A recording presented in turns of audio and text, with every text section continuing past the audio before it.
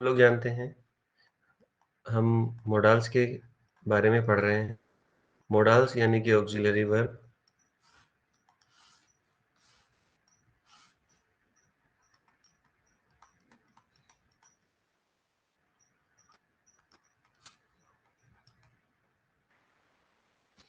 Auxiliary verb, you are well aware कि इसमें हमने काफ़ी सारी चीज़ों को डिस्कस किया है। और आज हमने नए टाइप्स के लोग, नए टाइप्स के जो भी चीज़ें हैं उनको पढ़ने जा रहे हैं। जैसे हमने कवर कर लिया है अभी तक विल, वुड एंड शुड, ये हम कवर कर चुके हैं। विल, शैल, वुड और शुड, जितने भी यूजेस हैं वो भी हम सब पढ़ चुके हैं। और आज जो हम पढ़ने जा रहे हैं दैट इज मस्ट। देखिए, मस्ट का मतलब भी क्या होता है? चाहिए होता है। मस्ट का अगर हिंदी में मीनिंग देखें तो क्या होता है? चाहिए होता है। और आपने देखिए शुड भी पढ़ा था, और शुड का भी जो मीनिंग था वो क्या था? चाहिए था। दोनों का सेम मीनिंग था। मस्ट का भी मीनिंग चाहिए है, शुड का मीनिंग भी चाहिए है। अब जो कहीं ना कहीं मस्ट है, ये चाहिए की सेंस में दो चीजों को दिखाता है, सर्टेनिटी को और कंपल्शन को। आपने जो शुड में यूज पढ़ा था चाहिए, वो किस लिए यूज होता था? सजेशन के लिए, सलाह देने के लिए। चीज सलाह देने के लिए यूज होती है तब तो शुड का यूज होता है चाहिए के मीनिंग में। लेकिन यदि आपको कोई काम सर्टेनिटी से होना चाहिए, यानी कि वो काम होना आवश्यक है या अवश्य है, तो आपको कहीं ना कहीं मस्ट का यूज करना पड़ेगा। यदि कोई मजबूरी है या वचन है, यानी कि बाध्यता है, तो आपको मस्ट लगाना पड़ेगा। जैसे आप सुबह 8 बजे उठना नहीं चाहते, आप सुबह 8 बजे उठ के अपने बिस्तर से उठ के अपना कहीं ना कहीं मोबाइल से लैपटॉप से पढ़ना नहीं चाहते, आप चाहते हैं सोते रहे। लेकिन अब आपको 8 बजे आना ही पड़ता है, यहाँ आना ही पड़ता है। तो जब आपकी मजबूरी होती है कि आपको क्लास अटेंड करनी ही पड़ती है, आपकी कंपल्सन है, तो आपको यूज करना पड़ता है मस्ट। ठीक है, तो you must attend your class. तो आपकी मजबूरी है कि आपको अपनी क्लास अटेंड करनी चाहिए। तो शुड से तो हम सलाह दे देते, you should get up early in the morning, तो वो तो सलाह है, आप उठो या नहीं उठो। लेकिन अगर मैं यदि सफल होना है इन द मॉर्निंग, यदि आपको सफल होना है जीवन में, तो आपको जरूर अवश्य ही सुबह जल्दी उठना चाहिए। तो मस्ट की दो ही सेंस होती हैं, या तो कोई कार्य अवश्य होगा, या किसी कार्य में कोई बाध्यता या मजबूरी होगी। मस्ट इज इक्वल टू जो होता है वो हैव टू के होता है। आप अवश्य मजबूरी अपनी हैव टू से शो करते हैं। हैव टू का यूज कैसे करते हैं? जैसे आपने कहा I have to study, I have to study, इसका मतलब ये है कि यार मुझे पढ़ना पड़ता है, मुझे पढ़ना पड़ता है, यानी कि मेरी इच्छा नहीं है लेकिन मुझे ये काम करना पड़ता है मजबूरी के तहत। तो आई हैव टू स्टडी, तो जब आप हैव टू लगा रहे हैं तो इसका मतलब है माय डियर कि आप कहीं ना कहीं अपनी मजबूरी दर्शा रहे हो। जैसे आपको जॉब पे जाना ही पड़ता है, आपका मन नहीं करता वहां जाने का, तो I have to go to job, I have to go to office. तो इस तरीके से जहां कहीं भी आप कहीं भी मजबूरी वाला काम दिखाते हैं, वहां आप हैव टू से दिखाते हैं। तो इसी तरीके से अब हैव टू लग गया, इसी की जगह आप लिख सकते हो I must study, I must study. तो आप आई मस्ट स्टडी भी लिख सकते हो माय डियर फ्रेंड।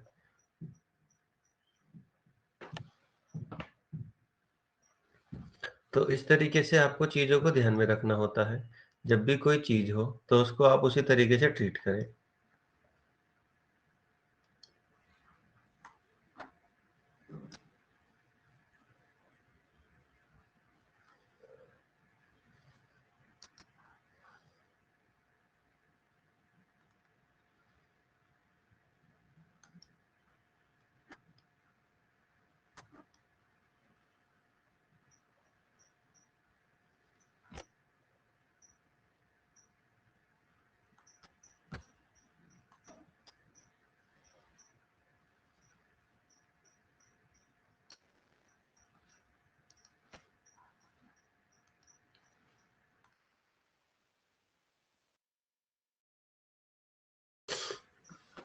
तो जो मस्ट का यूज होता है माय डियर वो हैव है।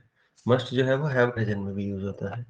जैसे अब देखिए एग्जाम्पल में देखिए मैंने क्या दिया है, must be, he must be a good person as everyone respects him, as everyone respects him. देखिए अब इस सेंटेंस की हिंदी का मीनिंग मैं आपको बताता हूँ। उस व्यक्ति को अच्छा होना चाहिए क्योंकि सब लोग उसकी क्या करते हैं, रेस्पेक्ट करते हैं। सब लोग उसकी क्या करते हैं, रेस्पेक्ट करते हैं। अब आप मुझे एक बात बताइए, इस बात का क्या मतलब है? एवरीवन रेस्पेक्ट हिम, इस बात का मतलब क्या है? इस बात का मतलब है माय डियर कि सब लोग उसकी रेस्पेक्ट करते हैं। अब आप खुद बताइए, जिसकी सब लोग रेस्पेक्ट करते हैं, तो उसका अच्छा व्यक्ति होना क्या है? कहीं न कहीं ज़रूरी है।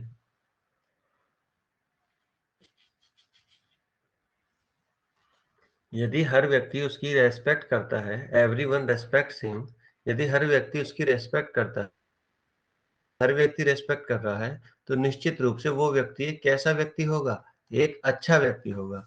जैसे मैंने लिखा, उसे अवश्य ही एक अच्छा इंसान होना चाहिए क्योंकि आप सब उसकी इज़्ज़त करते हैं। यदि सब लोग उसकी इज़्ज़त करते हैं, तो निश्चित रूप से सर्टेनली वो कहीं न कहीं एक अच्छा व्यक्ति होगा।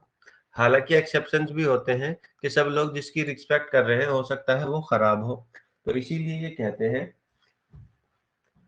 तो इसीलिए ये कहते हैं सेंटेंस में कहीं न कहीं कोई मीनिंग होगा, जिस मीनिंग को देखकर आप ये अंदाज़ा लगा सकते हैं कि he is a good person और बैड पर्सन। अब जब सब लोग उसकी रिस्पेक्ट कर रहे हैं, तो उसे निश्चित रूप से एक गुड पर्सन होना चाहिए। निश्चित रूप से एक गुड पर्सन होना चाहिए। आगे देखते हैं। He must learn all the lessons in order to avoid punishment। अब देखिए in order to avoid punishment, इसका मतलब क्या है? सजा से बचने के लिए। इसका मतलब क्या है? सजा से बचने के लिए। सजा से बचने के लिए। अब सजा से बचने के लिए, अब देखिए सलाह नहीं रहेगी वो कि भाई you should learn all the lesson. अगर मैं सिर्फ लिखूं, मस्ट को हटा के यहाँ पे शुड लिख दूं, तो he should learn all the lesson, तो ये एक सलाह है कि भाई उसको सारे लेसन याद करने चाहिए। लेकिन अब देखिए ये सलाह नहीं रह गई है, ये हो गई है उसकी मजबूरी। उसको लेसन याद करना उसके लिए क्या हो गया है? मजबूरी। क्यों हो गया है मजबूरी? आप देखेंगे, अगर उसे सजा से बचना है, अगर उसे सजा से बचना है, तो उसको सारे लेसन याद करने पड़ेंगे। तो सजा से बचने के लिए उसकी मजबूरी है कि वो अपने सारे लेसन्स को याद करे। यदि उसे सजा से बचना है, तो उसे सारे लेसन याद करने पड़ेंगे। तो he must learn all the lessons in order to avoid punishment. तो यदि उसे पनिशमेंट से बचना है, तो उसे सारे लेसन याद कर लेने चाहिए। तो अब ये उसकी क्या है? मजबूरी है। अब वो चाह कर भी उसको अवॉइड नहीं कर सकता कि चलो पढ़ता नहीं हूँ। अब आप उसे सलाह नहीं देंगे, अब आप उसे बताएंगे कि अगर सजा से बचना है, तो सारे लेसन याद कर ले। यानी कि ये अब तुम्हारी मजबूरी है कि अगर तुम्हें सजा से बचना है, तो सारे लेसन याद करो। तो ये कंपल्सन को कहीं न कहीं शो करता है मीडिया।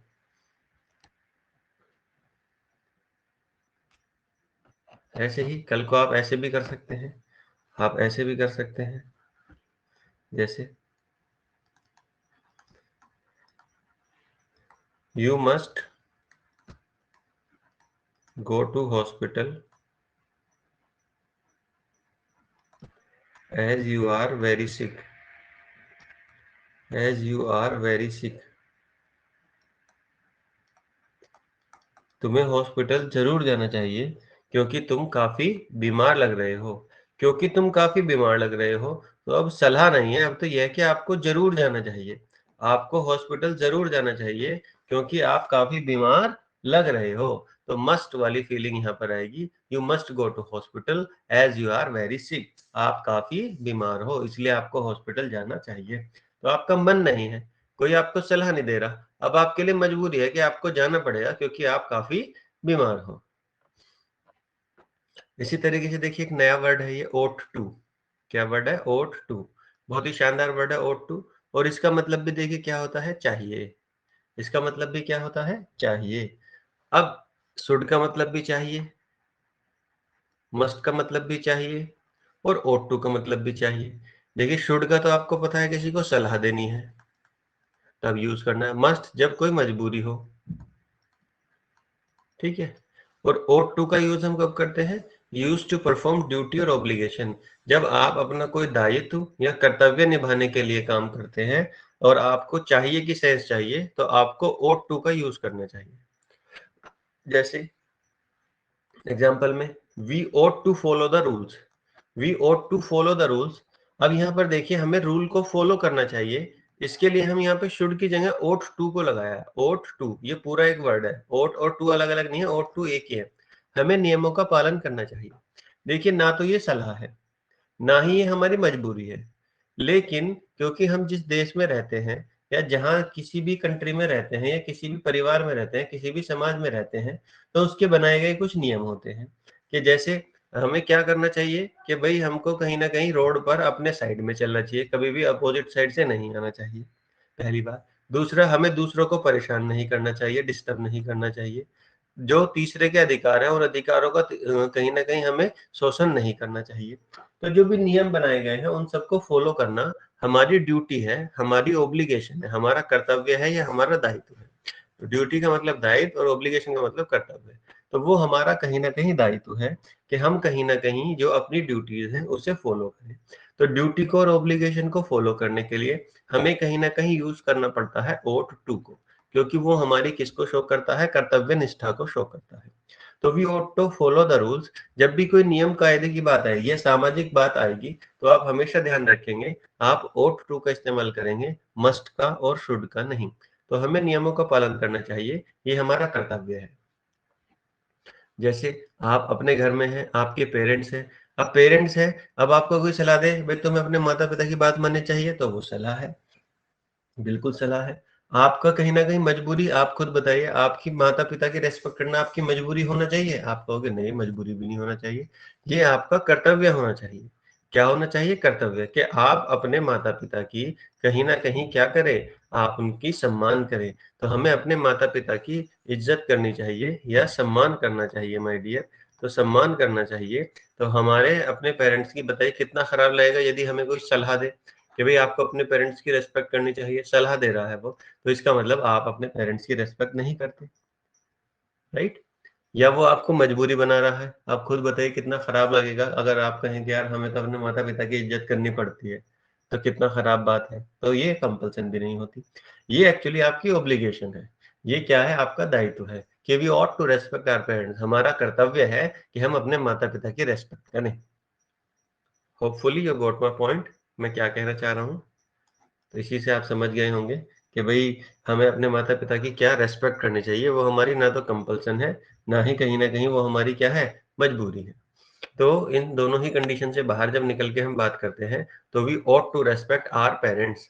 हमें अपने माता-पिता की रिस्पेक्ट करनी चाहिए। It means whenever we have chance, तो it is not definitely our compulsion, not our suggestion, it's just an our obligation and duty.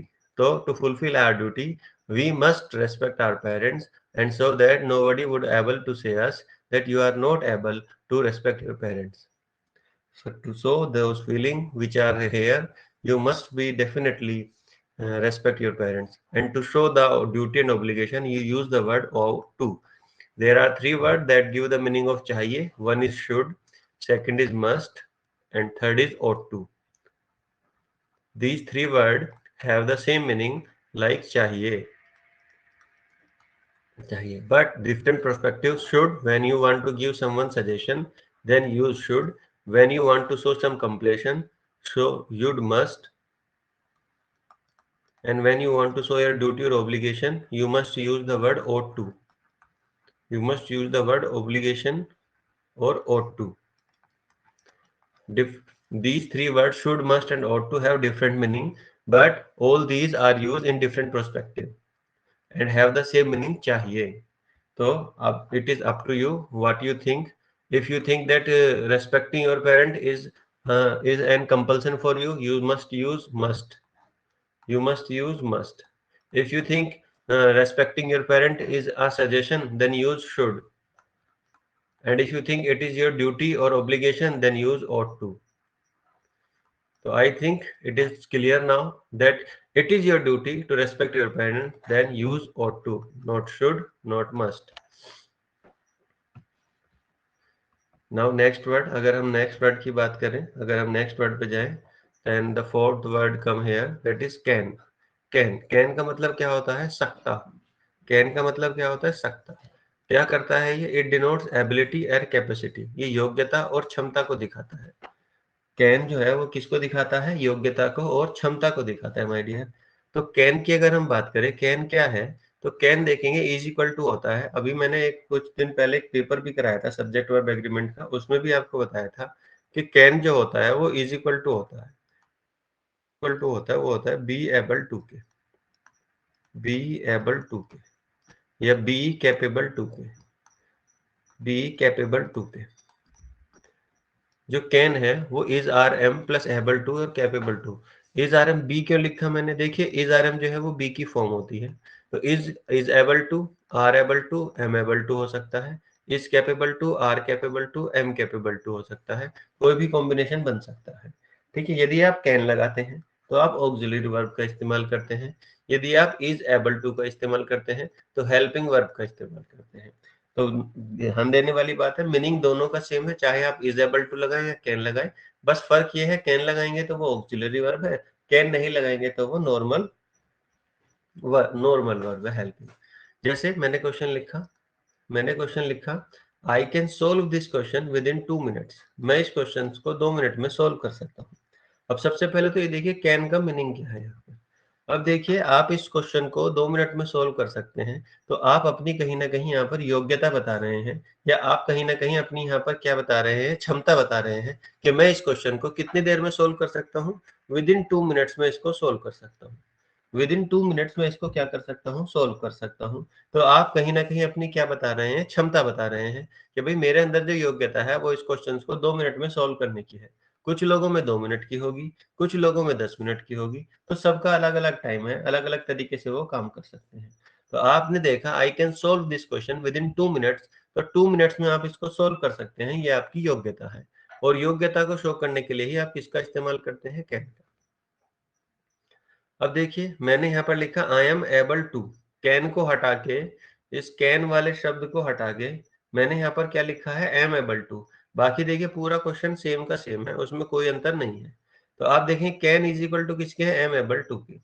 देखिए आना तो एबल टू था, आप कहोगे एम क्यों लगाया? क्योंकि सब्जेक्ट है आई, और जब हम नॉर्मल हेल्पिंग वर्ब का इस्तेमाल करते हैं तो वो वर्ब सब्जेक्ट के अनुसार मॉडिफाई होती है। आई के अकॉर्डिंग क्या आया? एम। ही होता तो इज आ जाता, यू होता तो आर आ जाता, क्योंकि वो नॉर्मल हेल्पिंग वर्ब है तो वो सब्जेक्ट के अनुसार मॉडिफाई होती है।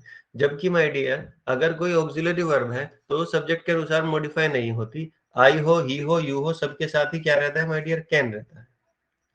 अब देखिए दोनों सेंटेंस एक ही मीनिंग दे रहे हैं, ऊपर वाला भी और नीचे वाला भी। I can solve this question within 2 minutes, I am able to solve this question within 2 minutes. इसका यही मतलब है कि आप इस क्वेश्चन को 2 मिनट में सोल्व कर सकते हो, दोनों में कोई गलती नहीं है। बस पहले वाला जो है वो ऑक्सिलरी वर्ब से बना है, दूसरे वाला नॉर्मल हेल्पिंग वर्ब से बना है। Hopefully you are getting my point. Next चलते हैं। देखिए कैन का जो दूसरा इस्तेमाल होता है, कैन जो दूसरी फीलिंग में यूज होता है माय डियर, कैन का जो दूसरा इस्तेमाल है वो यूज होता है use to give permission, use to give permission. Can का जो इस्तेमाल है वो दूसरा क्या होता है? परमिशन देने के लिए इस्तेमाल होता है, जब आप परमिशन किसी को देना चाहें। जैसे आपका घर किसी मोहल्ले में है और उस मोहल्ले में ऐसा है कि दोनों तरफ घर बने हुए हैं, बीच में रास्ता है, इधर भी घर है और इधर भी घर है। ठीक है जी, दोनों तरफ घर बने हुए हैं। अब दोनों तरफ घर बने, इनके यहाँ भी कार है, इनके यहाँ भी कार है, ये भी अपने घर के पास कार करते हैं, आप भी अपने घर के सामने कार पार्क करते हैं। तो जब दोनों अपने घर के सामने कार पार्क कर रहे हैं माय डियर, तो ये कहते हैं कि भैया जब दोनों पार्क कर लेंगे तो बीच में रास्ता ब्लॉक हो जाएगा। अब क्या हुआ? जब दोनों में आपस में लड़ाई होने लगी, तू मेरे घर के सामने कार पार्क करता है, तू मेरे घर के सामने पार्क करता है, हम नहीं करने देंगे, हम नहीं करने देंगे। तो इन्होंने कहा भाई ऐसा करो, आगे पीछे करके खड़ी कर लो, एक अपनी कार यहाँ खड़ी कर लो, एक अपनी कार यहाँ पे खड़ी कर लो, इस तरीके से कर लो, इस तरीके से कर लो। तो इन्होंने कहा ठीक है भाई ऐसे कर लेते हैं। तो इन्होंने एक दूसरे से कहा कि भाई you can park your car in front of my house, तो आप सामने वाले से कह रहे हो कि आप अपनी कार को मेरे घर के सामने क्या कर सकते हो, पार्क कर सकते हो। तो इसका मतलब ये है कि आप सामने वाले को परमिशन दे रहे हो कि आप अपनी कार मेरे घर के सामने खड़ी कर लो। तो कार को पार्क करने की जो आप कहीं न कहीं आप परमिशन दे रहे हो, वो परमिशन किससे दी शो की जाती है? Can say. You can park your car in front of my house. आप मेरे घर के सामने अपनी कार खड़ी कर सकते हो। आप मेरे घर के सामने अपनी कार खड़ी कर सकते हो। आप मेरे घर के सामने अपनी कार खड़ी कर सकते हो। तो आप जब ये बात कह रहे हो, तो इसका मतलब है कि आप सामने वाले को परमिशन दे रहे हो, वो कार पार्क करने के लिए। जैसे आपका फ़ोन रखा हुआ है, आपका फ्रेंड है, उसने कहा है कॉल करनी है, can I use your phone? तो कह सकते हो आप yes, you can use my phone, you can use my phone. तो आपने उसको फ़ोन यूज़ करने की परमिशन दी, तो वो किससे दी जाएगी? Can say. आप मना भी कर सकते हैं, you can't use my phone, you can't use my phone, you can't use my phone. आप परमिशन मना भी कर सकते हैं कि you can't use my phone. तो दोनों तरीके से आप चीज़ों को परमिशन दे भी सकते हैं और परमिशन ले भी सकते हैं, जैसे आपको सही लगे। तो कैन का जो दूसरा इस्तेमाल होता है my dear, used to give permission. Permission देने के लिए इसका क्या होता है? इस्तेमाल होता है। ऐसे ही used to take permission informally. आप जो परमिशन है वो कैसी ले सकते हो? इनफॉर्मली। देखिए फॉर्मल परमिशन लेनी है आपको तो यूज़ करना पड़ता है मे का। फॉर्मल का मतलब होता है जब आप अपने से बड़े लोगों से और अपने से ज़्यादा रिस्पेक्टेड लोगों से कोई चीज़ पूछते हो, तो आपको मे का यूज़ करना है। जब आप परमिशन ऐसे लोगों से लेते हैं जिनके साथ आपका फ्रेंडली बिहेवियर है या आप बहुत ही ज़्यादा वहाँ पर कहीं न कहीं रिस्पेक्ट शो नहीं करते, तो आप वहाँ पर किसका यूज़ कर सकते हो? कैन का। किसका यूज़ कर सकते हो? कैन का। जैसे ज़्यादातर बच्चे अपनी मम्मी को कुछ मानते ही नहीं है, होती तो बहुत रिस्पेक्टेड है, लेकिन वो क्या है मानते नहीं है, वो कहते हैं मम्मी मैं बाहर जा रहा हूँ खेलने। तो वो पूछते नहीं है, वो बस बता रहे होते हैं मैं बाहर जा रहा हूँ खेलने। Can I go out to play? क्या मैं बाहर खेलने जा सकता हूँ? Can I go out to play? Can I go out to play? तो आपने कहीं न कहीं अपनी मदर से पूछा, can I go out to play? क्या मैं बाहर खेलने जा सकता हूँ मदर? तो आपने पूछा, क्या मैं बाहर खेलने जा सकता हूँ? तो आपने अपनी मदर से कहीं न कहीं एक परमिशन ली और परमिशन क्या ली कि क्या मैं बाहर खेलने जा सकता हूँ? तो वही मैंने आपको बताया, आप परमिशन देने के लिए भी यूज़ कर सकते हो और परमिशन लेने के लिए भी यूज़ कर सकते हो कैन का। बस ध्यान रखिएगा, कैन का इस्तेमाल वहाँ होता है जहाँ पर आप बहुत ज़्यादा रिस्पेक्टेड महसूस नहीं करते या बहुत ज़्यादा रिस्पेक्टेड देना नहीं चाहते। तो can I go out to play mother? तो अब आपकी मदर की ज़िम्मेदारी है वो आपको परमिशन दे भी या नहीं। और ध्यान रखिए परमिशन हमेशा उसी समय ग्रांट की जाती है जिस क्वेश्चन में पूछा गया हो। जैसे उन्होंने यहाँ मदर से पूछा can I go out to play mother? तो मदर क्या कह सकती है? Yes you can go, yes you can go, yes आप जा सकते हो। तो यस यू कैन गो भी हो सकता है और नो में बोले नो यू कांट गो, ऐसे ही बोल सकते हैं यू कांट गो। तो परमिशन जिस तरीके से पूछी जाएगी उसी वर्ड में उसका आंसर दिया जाता है। ऐसा नहीं can I go out to play mother मैंने बोल दिया और परमिशन दे दी यस यू विल गो, ऐसे नहीं। कैन से पूछा गया है तो कैन में ही यस और नो करना पड़ेगा। यस कहोगे तो यस यू कैन गो और नो कहोगे तो नो यू कांट गो। दोनों वर्ड एक जैसे ही यूज़ होंगे। ऐसे नहीं वहाँ पर आप कोई और वर्ब यूज़ कर लो, यू विल गो कर दिया आपने, यू में गो कर दिया, ऐसे नहीं। जिसमें पूछी गई है उसी सेंस में उसका रिप्लाई देना होता है। नो यू कांट गो इस तरीके से आपको वो बताना पड़ता है।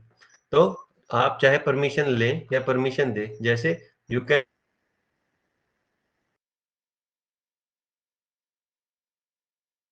आपने पूछा क्या मैं बाहर परमिशन लेनी हो, परमिशन देनी हो, तो आप किसका यूज़ करते हो माय डियर? कैन का यूज़ करते हो।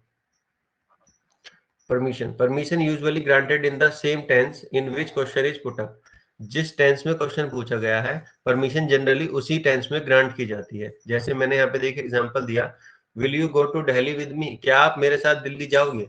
Will you go to Delhi with me? क्या आप मेरे साथ दिल्ली जाओगे? आपने ये पूछा, will you go to Delhi with me? क्या आप मेरे साथ दिल्ली जाओगे? तो अब देखिए विल से पूछा गया है क्वेश्चन, तो पूछ आपके दो ही आंसर है, yes I will go, no I will not. दोनों ही क्वेश्चन में देखिए विल से ही आंसर दिया गया है। तो आंसर जनरली उसी टेंस में दिया जाता है जिसमें पूछा गया हो। तो will you go to Delhi with me? अब इसके दो ही आंसर है, yes I will go answer two, no I will not go. तो दोनों ही आंसर विल में दिए जाएंगे, ना कि किसी और टेंस में। देखिए कैन का तो यही इस्तेमाल था, और बाकी इसमें कोई भी चीज रहेगी तो वो हम और डिस्कस करेंगे फर्दर। अभी ये खत्म नहीं हुआ है एप्लीकेशन ऑफ टेंस के और मॉडल, अभी तो ये 40% हुआ है। अभी मैं और इसमें अपलोड करके आपको उसके बारे में बताऊंगा, और फिर हम धीरे धीरे चीजों को कवर करेंगे। तो धीरे धीरे हम चीजों को पढ़ रहे हैं, आप लोग भी साथ दे रहे हैं, धीरे धीरे आप लोग भी पढ़ रहे हैं। तो आज के लिए इतना ही माय डियर, मिलते हैं कल की क्लास में, तब तक के लिए थैंक यू सो मच।